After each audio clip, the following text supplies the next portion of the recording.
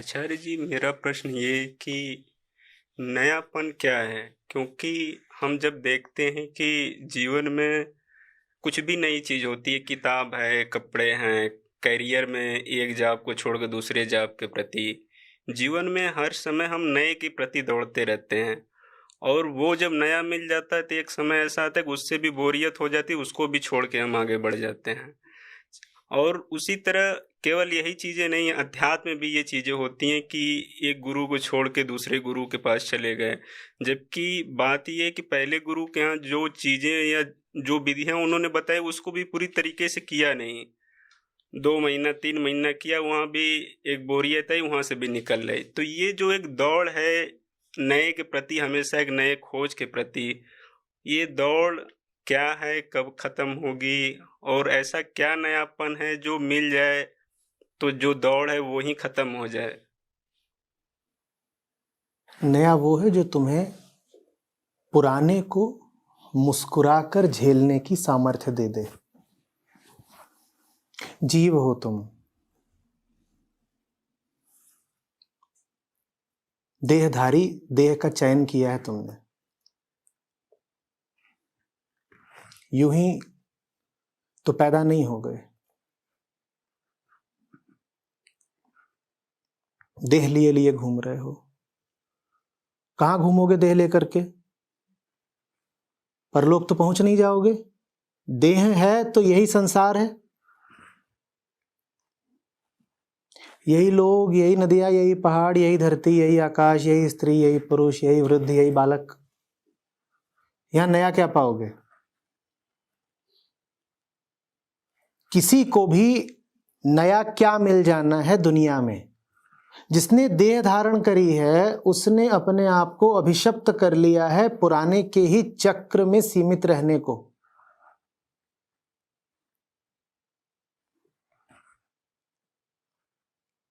आप में से कई लोग हैं जो इस आश्रम में, इस भवन में कई मर्तबा आ चुके हैं। क्या नया मिल गया? वही दीवारें, वही पुस्तकें, वही मूर्तियां, वही रोशनियां, वही जिस्म जो आपके सामने बैठा हुआ है।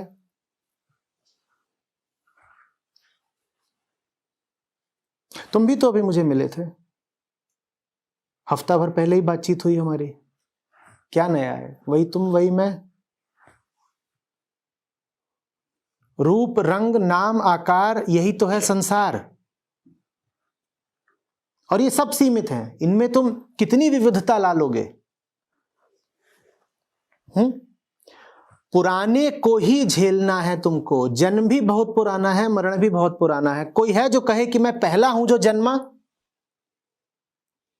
हाथ उठाओ। कोई है जो कहे कि मुझसे पहले किसी का जन्म नहीं हुआ था? बोलो। कोई है जो कहे कि मेरे बाद किसी का जन्म नहीं होगा? कोई है जो कहे कि मुझसे पूर्व किसी की मृत्यु नहीं हुई? कोई है जो कहे कि मेरे बाद कोई मरेगा नहीं? तुम्हारा जन्मना भी बासी और मरना भी बासी, सब पुराना ही तो पुराना है ना। प्रकृति में नया कहां कुछ है, तभी तो उसे चक्र कहते हैं। चक्र समझते हो? एक गोल घेरा, एक वर्तुल, एक दायरा। वृत्त में कहीं कोई शुरुआती बिंदु होता है जहां कह सको कि यहां से आधे होता है, और कोई अंतिम बिंदु होता है जहां कह सको कि अंत है। होता है? तो संसार वो है, यहां कुछ नया होता नहीं।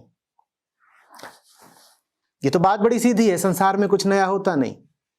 लेकिन सीधी बात सीधी तब नहीं रह जाती है जब तुम पुरानी दुनिया में ही कुछ नया खोजने निकल पड़ते हो, चैन खोजने निकल पड़ते हो।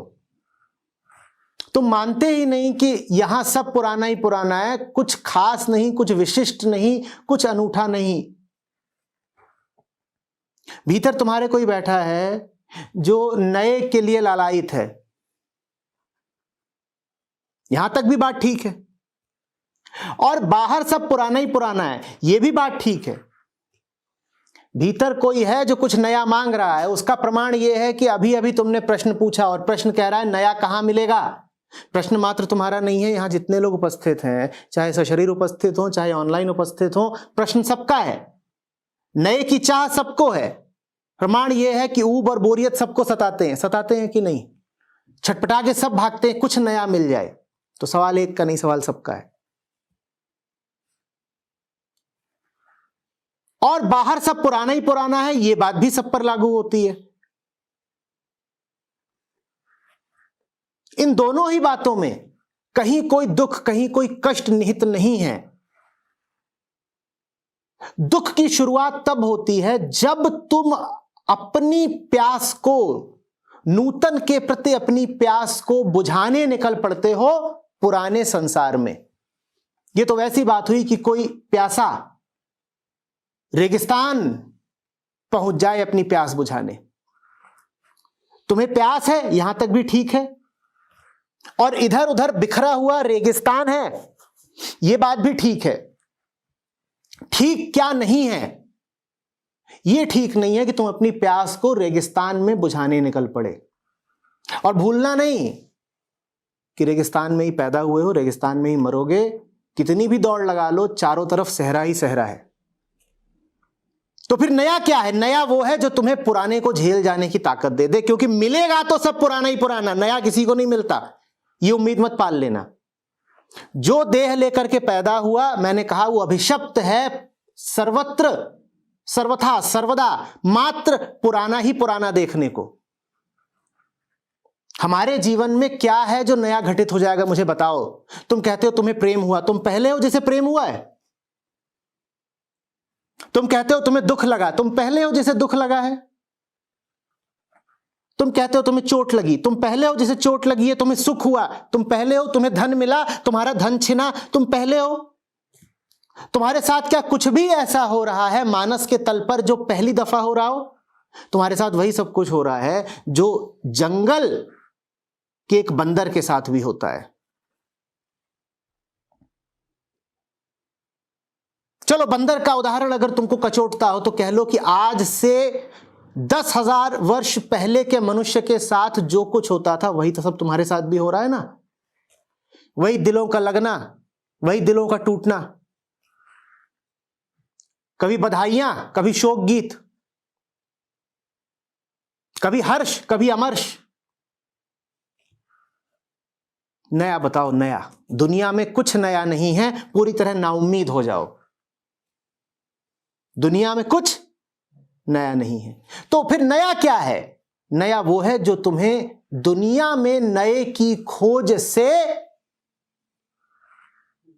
मुक्ति दे दे, जो तुम्हारे मन से यह भ्रम हटा दे कि दुनिया में कुछ नया मिल सकता है। बस वही नया है, और कुछ नया नहीं है।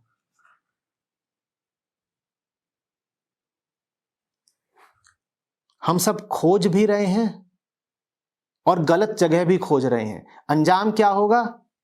सामने है अंजाम, हमारी जिंदगियां अंजाम है। एक बार तुम निराश हो गए, निराशा बहुत जरूरी है। यह बात तुम्हें अजीब लगेगी क्योंकि आजकल आशावाद का, सकारात्मकता का जमाना है। तुमसे कहा जाता है उम्मीद का दामन मत छोड़ना। पर जिन्होंने जीवन को समझा है, संतों ने, ऋषियों ने, उनसे पूछो तो कहेंगे ये आशा ही तुम्हारे दुख का कारण है। एक बार तुम दुनिया के प्रति पूरी तरह निराश हो गए, फिर आनंद के द्वार खुल जाते हैं। और मैं जिस निराशा की बात कर रहा हूं वो दुख भरी निराशा नहीं है, वो यथार्थपरक निराशा है। तुम्हें पता चल गया कि कहां क्या मिलना है। मैं माने बैठा हूं कि इसके भीतर 7 समुद्र हैं, तो मैं स्वयं को ही बेवकूफ बना रहा हूं ना। जब मैं कह रहा हूं दुनिया के प्रति निराश हो जाओ, तो मेरा आशा यह है कि जान जाओ भली भांति कि 7 समुद्र इसमें नहीं समाने वाले। इसको मैं निराशा कह रहा हूं। वास्तव में मैं तुमको तथ्य से अवगत होने को कह रहा हूं, मैं तुम्हें यथार्थ में जीने को कह रहा हूं। तुम्हें अगर 7 समुद्र चाहिए तो वो तुम्हें इस प्याले में नहीं मिलने वाले, और 7 समुद्र तुम्हें चाहिए ही। उससे कम पे तुम संतुष्ट कहां होते हो?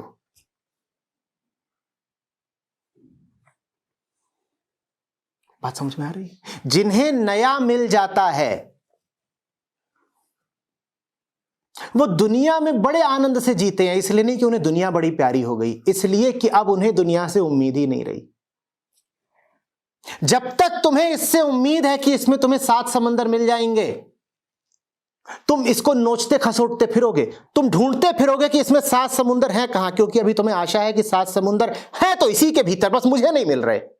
और तुम्हें बड़ा अफसोस रहेगा और तुम्हें बड़ी ग्लानि रहेगी, अपने प्रतिक्षोभ से भरे रहोगे। तुम्हें लगेगा उपलब्ध है 7 समुद्र, तुम में ही कोई खोट है कि तुम्हें नहीं मिलते। एक बार जान लो ना कि तुम में कोई खोट नहीं है।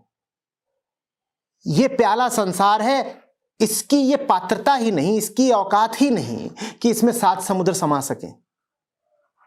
अब तुम में कोई खोट नहीं, अब तुम मस्त जियो। अब तुम इसको देखोगे भी तो कहोगे ठीक है, 2-4 अंजुल पानी है इसमें, थोड़ा सा है। सांसारिक जरूरतों की पूर्ति कर सकता है संसार, तुम्हारी हार्दिक जरूरत की पूर्ति नहीं कर सकता है। जो ये बात समझ गया आदमी, वो आध्यात्मिक हो गया। वो संसार से नाता रखता है बस सांसारिक आवश्यकताओं की पूर्ति के लिए। मुझे गले की प्यास मिटानी है, बहुत बढ़िया। मुझे जी की तपन मिटानी है, वो इससे नहीं मिटेगी। गला भौतिक है, गला दैहिक है, गले की प्यास प्याला मिटा देगा। लेकिन जिस आग से तुम्हारा अंतर मन जल रहा है, उसको कोई प्याला नहीं मिटाने वाला। यह बोध नया है। यह बोध एक बार आ गया, फिर यह पुराना प्याला प्यारा हो जाता है, क्योंकि कुछ तो महत्व है ही इसका। क्या महत्व है इसका? गले की प्यास बुझाता है ना। अब तुम्हें इससे कोई शिकवा नहीं रहेगा, अब तुम इसके प्रति शिकायत से नहीं भरे रहोगे। भूलना मत, तुम्हें जिनसे आशा होती है सबसे ज्यादा शिकायत के प्रति तुम उन्हीं से भरे रहते हो। ये पता है ना, तुम्हें अपने बेटे से बड़ी आशा है, ये बड़ा आदमी बन के दिखाएगा, और यही वजह है कि तुम उसके प्रति इतने रूखे रहते हो। उसको लेकर के तुम में इतनी शिकायत रहती है। जहां आशा है वहां शिकायत है। संसार से भी तुमने आशा रखी है कि संसार से संतुष्टि मिल जाएगी, चैन मिल जाएगा, इसीलिए संसार को लेकर के तुम्हारे मन में फिर इतना क्षोभ है। एक बार तुम संसार के प्रति उदासीन हो गए, उसके बाद संसार प्यारा हो जाता है। उसके बाद तुम कहते हो नन्हा सा प्याला तो है, मैं ये क्यों देखूं कि इससे मुझे क्या नहीं मिल रहा, मैं ये देख लूं कि इससे क्या क्या मिलता है। अरे दुनिया बुरी क्यों है? दुनिया से ही जी रहे हैं, अन्न पानी सब वहीं से है, रिश्ते नाते सब वहीं पर हैं, खाना पीना उठना बैठना सब कहां चल रहा है भाई? दुनिया में ही तो चल रहा है। ये सत्संग भी कहां चल रहा है? दुनिया में ही तो चल रहा है। अब दुनिया बुरी नहीं लगती, लेकिन दुनिया उसके लिए बड़ी नागवार हो जाती है जो कहता है कि दुनिया में ही कहीं मिल जाएगा वो प्राण प्यारा प्रीतम जिसकी तलाश है, जो कहता है कि दुनिया में ही कहीं वो अमर सुख मिल जाएगा जिसकी तलाश है। वो दुनिया में नहीं मिलने का। हाँ, दुनिया में तुम्हें क्या मिल जाएगा? पानी मिल जाएगा, रुपया मिल जाएगा, और ये भी कोई बेकार की चीजें नहीं है। जो कहते हो कि दुनिया बेकार की चीज है, मैं उनसे कहता हूं 10 घंटे बिना पानी के रह लो, दुनिया का महत्व समझ में आ जाएगा।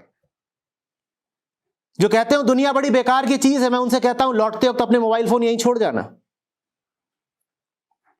दुनिया बड़े काम की चीज है, लेकिन दुनिया में वो नहीं है, वो आखिरी चीज नहीं है जो तुम्हें चाहिए। उस आखिरी चीज को छोड़कर सब कुछ है। महत्व दोनों का है। महत्व पानी का भी है और महत्व परमात्मा का भी है। तुम्हें दोनों चाहिए, भूलना नहीं। पानी तुम्हें मिलेगा दुनिया में, परमात्मा को दुनिया में मत खोजने लग जाना, ये बात नहीं है। नया क्या है समझ में आया? पुराने में वो मांगो जो पुराना दे सकता है, पुराने में पुराना मिलेगा। साइकिल की दुकान में कार खोजोगे तो अपना समय व्यर्थ कर रहे हो, जीवन खराब कर रहे हो ना।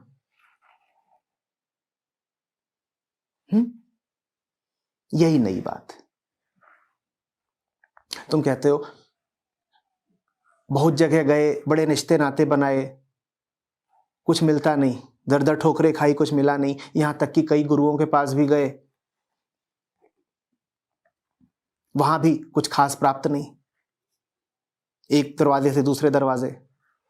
तुमने ये उम्मीद ही क्यों करी कि कोई भी तुम्हें बहुत कुछ दे सकता है? इंसान तो उतना ही देगा जितना इंसान दे सकता है। आगे की चीज जो दे उसे परमात्मा कहते हैं। और अगर तुम्हें लगे कि उससे आगे की चीज तुम्हें कोई इंसान दे रहा है तो उसको भी परमात्मा ही जान लेना, इंसान मत कहना। गुरु जब तक व्यक्ति है तब तक तो उतना ही देगा ना जितना तुम्हें कोई व्यक्ति दे सकता है। तुम्हारे सामने जीव रूप में कोई बैठा है, देहधारी एक बैठा है, वो तुम्हें अधिक से अधिक क्या दे लेगा? कुछ बातें ही तो दे लेगा। यहां होंठ चल रहे हैं, कंठ का कंपन हो रहा है, ध्वनि की कुछ लहरें तुम्हारे कानों तक पहुंच रही हैं, ये सब भौतिक क्रियाकलाप हैं। एक भौतिक शरीर दूसरे भौतिक शरीर को क्या दे सकता है? कुछ शब्द दे लेगा, कुछ ध्वनियां दे लेगा, कुछ लहरें दे लेगा, कुछ कंपन दे लेगा, कुछ ज्ञान दे लेगा। वो मैंने दिया। व्यक्ति तो इतना ही दे सकता है। और कौन सा इंसान है जिसको होठों और कंठ के कंपन से, जिसको स्वर लहरियों से और जिसको ज्ञान से संतुष्टि मिल जाए? तुम्हें भी नहीं मिलेगी, तुम्हें मुझसे कुछ नहीं मिल सकता। तुम अपना व्यर्थ कर रहे हो समय। ये जो यहां पर जीव बैठा है वो तुम्हें अधिक से अधिक क्या दे सकता? मैं फिर पूछ रहा हूं, मैं तुम्हें क्या दे रहा हूं? मैं क्या दे रहा हूं? मैं कुछ शब्द दे रहा हूं, मैं कुछ बातें कह रहा हूं, यहां से चल रही हैं, तुम तक पहुंच रही हैं। तुम तक पहुंच रही माने अगर मैं जीव हूं तो तुम भी जीव हो। तुम जीव हो तो एक भौतिक व्यवस्था मात्र हो। तुम्हारे कानों को स्पर्श कर रही हैं मेरी बातें। इससे तुम्हारा हृदय थोड़े ही शीतल हो जाना है। फिर तो तुम्हें मुझसे जो मिल रहा है वो इस कैमरे को भी मिल रहा है। कैमरा शीतल हो गया क्या? इसलिए गुरुओं से कुछ नहीं मिलता, क्योंकि गुरु जब तक व्यक्ति है तब तक उससे मात्र पदार्थगत ही कुछ पाओगे। और पदार्थ से तुम्हें अगर शीतलता मिलनी होती तो कब की मिल चुकी होती। गुरु जब तक व्यक्ति है तुम्हारे किसी काम का नहीं होगा, क्योंकि शब्द तो दो कौड़ी के होते हैं, कोई भी दे सकता है। गुरु जब तक व्यक्ति है तब तक क्या लाभ है उसके समीप आकर बैठने का? 5,000 7,000 मेरी रिकॉर्डिंग पड़ी है, जाके सुन लो। मेरे सामने आके क्यों बैठे हो? शब्द ही अगर तुम्हें चाहिए तो शब्द तो तुम ज्यादा सहूलियत से वीडियो पर पालोगे। यहां क्यों आए हो? गुरु से जब तक तुम्हारा शब्द का और ज्ञान का नाता है, कोई गुरु तुम्हारे काम नहीं आने का। तुमने 10 गुरु आजमाए हो, तुम 10 और आजमा लेना, तुम्हें निराशा ही मिलेगी। ज्ञान चाहिए हो, किसी शिक्षक के पास चले जाओ, निराश नहीं होगे। तृप्ति चाहिए हो अगर, तो फिर तुम्हें कोई और चाहिए, कोई ऐसा जिससे तुम्हारा बातचीत का और ज्ञान का रिश्ता ना हो, तब बात बनेगी। समझना।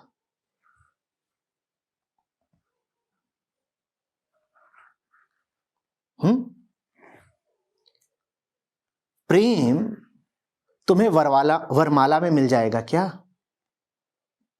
बोलो।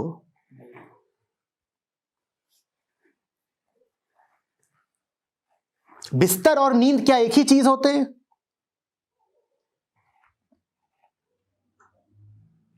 प्याला और पानी क्या एक ही चीज होते हैं? ठीक उसी तरीके से गुरु और तृप्ति भी एक ही चीज नहीं होते। ये जो देह है ये प्याला मात्र है। तुमने अपना संबंध अगर सिर्फ इस देह से और इस देह द्वारा उच्चारित शब्दों से रखा तो तुम्हें तृप्ति नहीं मिलेगी।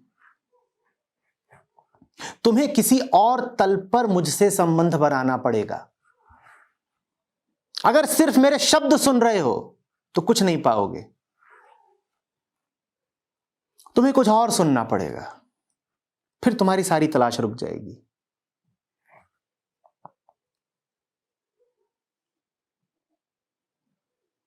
मन शब्दों में जीता है।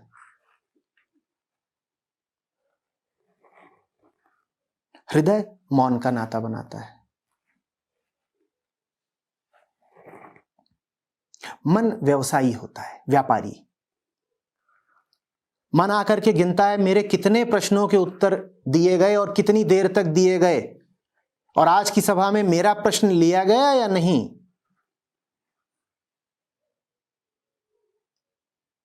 मन हिसाब करेगा। मैंने सवाल पूछा और गुरुजी ने 1 2 3 4 इतनी इतनी बातें कही। हृदय प्रेम जानता है। हिसाब से आगे बढ़कर अगर प्रेम का नाता बना सको तो तत्काल तृप्ति है, नहीं तो प्याले को चाटने से प्यास नहीं बुझती। मैं, मेरे द्वारा कही जा रही सारी बातें वाहन मात्र हैं।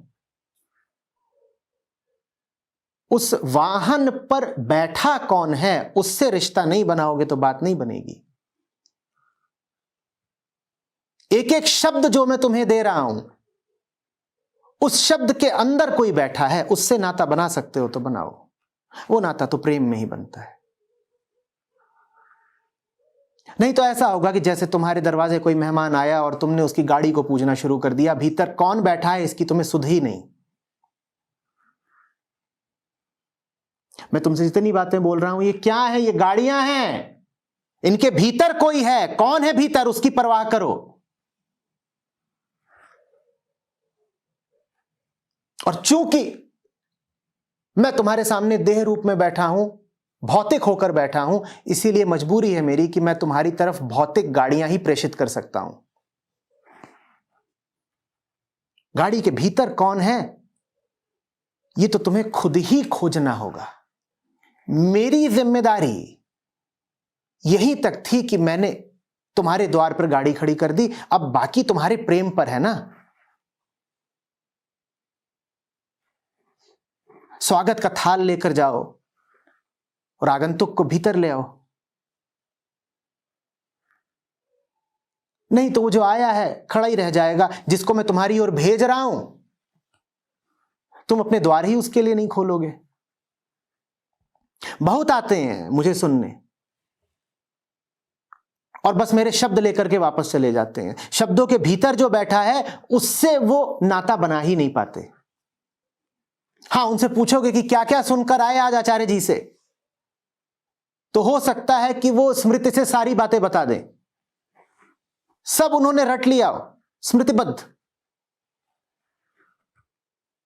ये वैसे ही हुआ कि जैसे तुम्हारे यहां कोई आया हो अतिथि और कोई तुमसे पूछे कौन आया था, तो तुम उसकी गाड़ी का नंबर बता दो।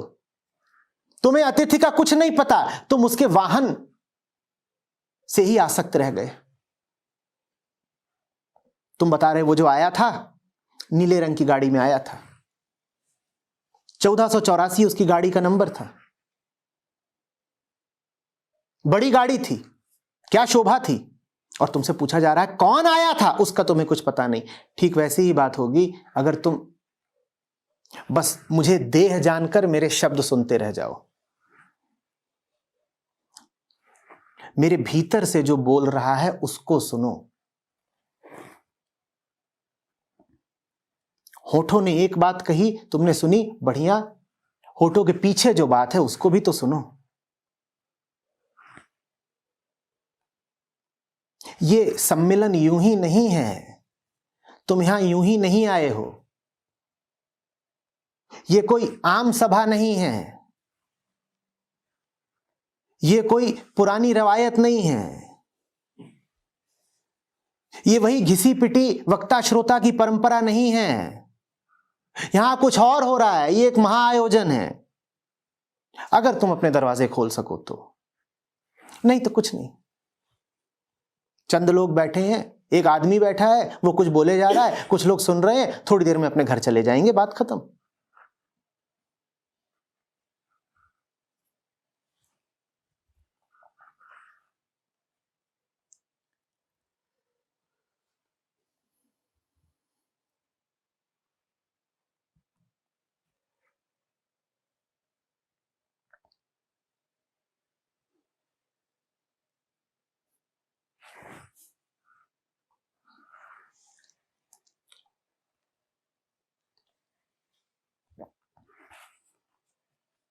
टॉफियों के रैपर बड़े आकर्षक होते हैं।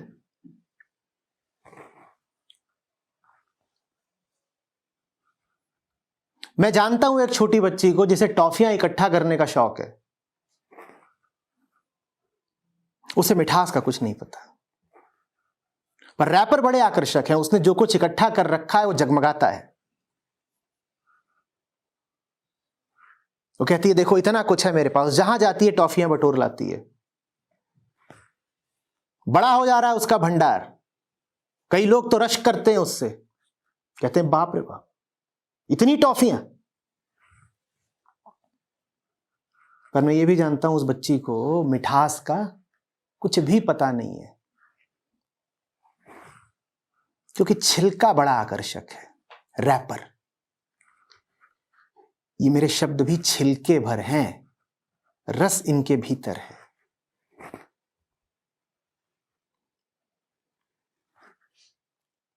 टॉफी तो रैपर में ही दी जाएगी, खोलना है या नहीं खोलना है तुम्हारी मर्जी। ये मेरे शब्द भी छिलके भर हैं, रस इनके भीतर है।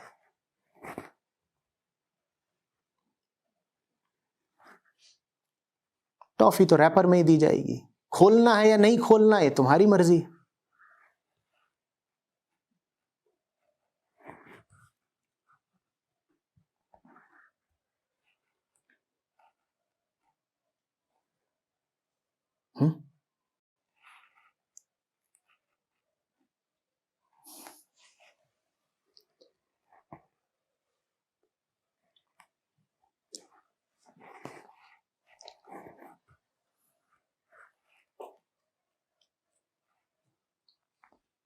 अजीब तो आदमी की हालत है, उसे चाहिए भी और नहीं भी चाहिए। बार बार चले आते हो ये कह के कि चाहिए चाहिए, और जो मिलता है उसका छिलका भी नहीं हटाते। और कोई कहे कि हटा दो छिलका तो कहते हो नहीं चाहिए।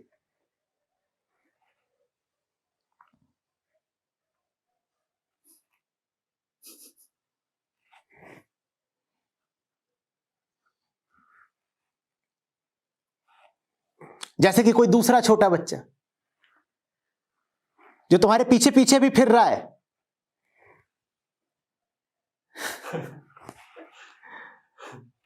कि दे दो मिठाई दे दो मिठाई, और ज्यों ही तुम उसको देने को मुड़ो तो तुम्हारी दाढ़ी मुझसे घबरा के भागे।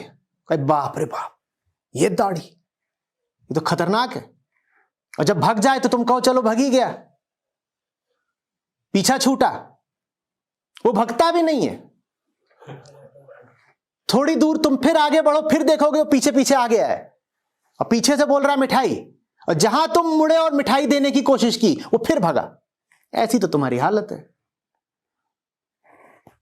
ना तो यही करते हो कि चले ही जाओ, और ना यही करते हो कि निकट ही आ जाओ।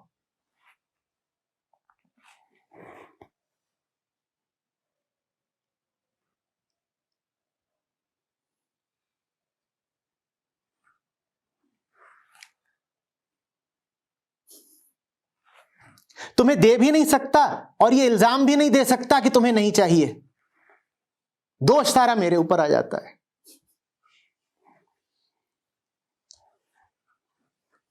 तुम्हें चाहिए तो है, इसलिए कैसे इल्जाम लगाऊं कि तुम्हें नहीं चाहिए। लेकिन चाहिए है तो ले ही क्यों नहीं लेते?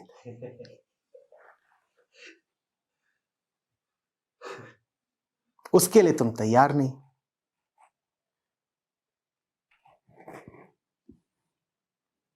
इतनी बातें बोली हैं, बोलता ही जा रहा हूं। क्या अलग अलग बातें बोल रहा हूं? हर बात का इशारा निशाना एक ही है। ऐसा कैसे हो गया कि तुम्हें एक भी बात समझ में नहीं आई, कि एक भी बात तुम्हारे लिए फलित नहीं हुई, काम नहीं आई?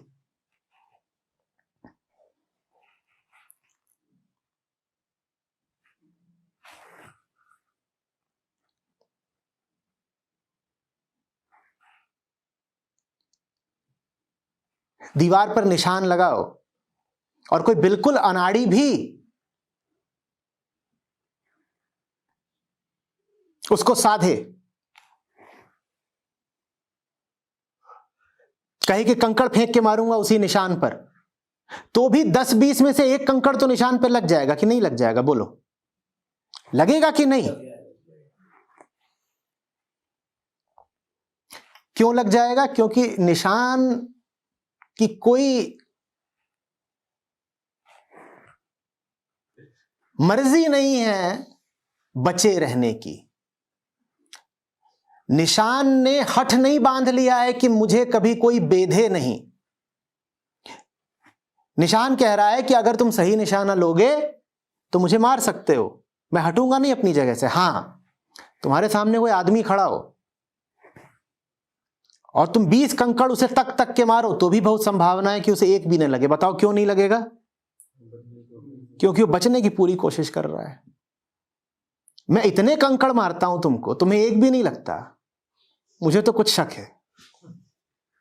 निश्चित रूप से मेरा निशाना इतना बुरा नहीं है, जरूर तुम कूद कूद के बच रहे हो।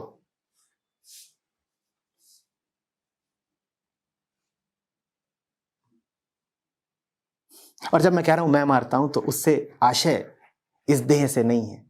पूरा अस्तित्व तुम्हें कुछ बताने, कुछ सिखाने को आतुर है।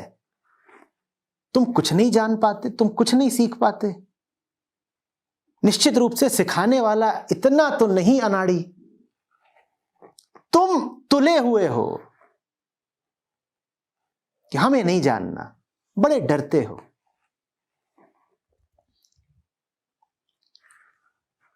भीतर खौफ बैठ गया है कि न जाने क्या हो जाएगा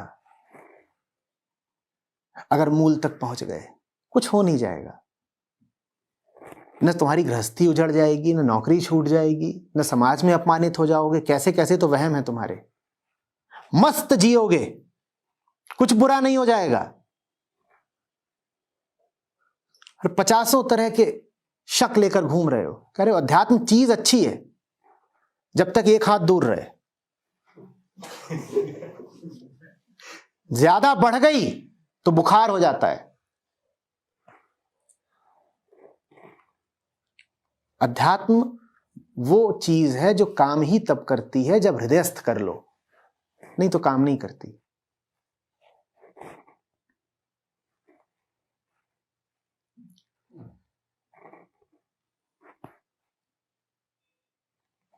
न अध्यात्म से घर टूटते हैं, न बच्चे भूखे मरते हैं, न किसी का बुरा होता है। कल्याण का एकमेव साधन है अध्यात्म, और तुम्हें अध्यात्म से ही डर लगता है।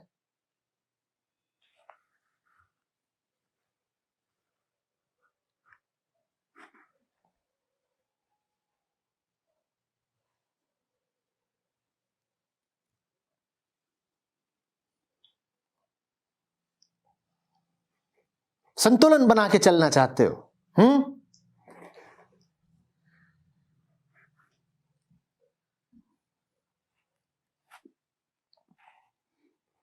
क्या जी सुबह से गीता पढ़े जा रहे हो, चलो अब थोड़ा बाजार घूम के आते हैं। ये कोई बात हुई? अरे तुम्हें बाजार जाना है तो जाओ, दिन भर घूमो, पर उसका ताल्लुक गीता से क्यों बैठा रहे हो? ये तो तुमने बाजार और गीता को एक ही तल पे ला दिया। कह रहे हो गीता आप 4 घंटे पढ़ लिए तो 4 घंटे बाजार भी घूमो।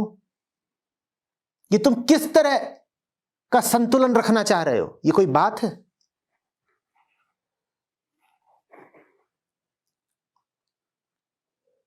कि कबीर साहब बहुत गालिए। आओ फेसबुक देखते हैं। तुम्हें फेसबुक देखना हो, जो भी देखना हो देखो, पर उसका संबंध कबीर साहब से क्यों जोड़ रहे हो? क्योंकि डरते हो। तुम कहते हो संत आए तो जीवन में, पर पूरी तरह ना आ जाए, आधा आधा रहे, तराजू के 2 पलड़े बराबर रहे।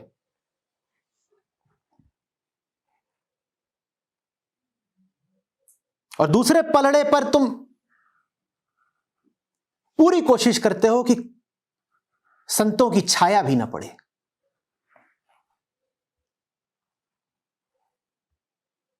कुछ दूरी तक संत महात्मा ठीक, ऋषियों की वाणी, उपनिषदों का ज्ञान,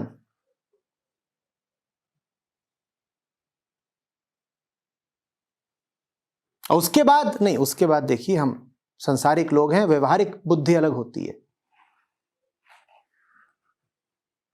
कई तो ऐसे हैं जो यहां तक कहते हैं कि 2 प्रकार के सत्य होते हैं, आत्यंतिक और व्यवहारिक। विलक्षण, अद्भुत सत्य भी दो खड़े कर दिए। कह रहे पारमार्थिक सत्य एक होता है, पर दुनिया में तो व्यवहारिक सत्य ही चलता है ना, व्यवहारिक सत्य दूसरा है। तो लो कर दिए तुमने दो फाड़, अब इनका संतुलन करते फिरो। अब पानी कभी उबलेगा नहीं, उबलने से ठीक पहले तुम संतुलन स्थापित कर दोगे। तुम कहोगे गर्म ज्यादा हो गया, अब थोड़ा ठंडा भी होना चाहिए।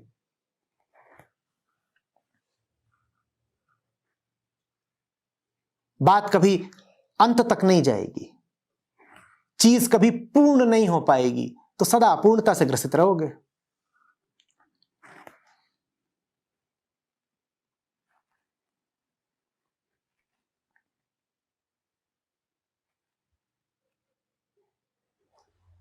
मुझे ये चाहिए, ये यहां पर है, मुझे मिल गया? मिल गया? नहीं। ये यहां पर है, मुझे मिला? ये यहां पर भी है तो मुझे मिला? यहां भी ले आ लिया, बहुत पास ले आ लिया, और दावा कर रहा हूं कि देखो बिल्कुल मेरे हाथों में उठा रखा है, मुझे मिल गया? मेरी प्यास बुझ गई? अब भी बुझ गई क्या? ये यहां पर था चाहे यहां पर था, कोई अंतर पड़ा? मैं तो प्यासा ही रह गया ना। और चाहिए यहां पर ना हो तो भी कोई अंतर है? ये यहां पर हो चाहे 10 किलोमीटर दूर हो, कोई फर्क है? और चाहे यहां से उठा करके यहां ले आऊं, कोई फर्क है? फर्क तो सिर्फ तब पड़ा ना जब तुम प्रक्रिया को पूर्ण कर दो।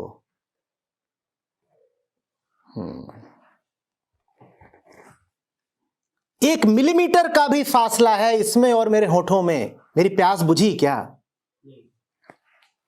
पर तुम तो फासले का संतुलन बनाते हो। तुम कहते हो थोड़ा पास आना है और थोड़ी दूर रहना है। प्यास कैसे बुझेगी?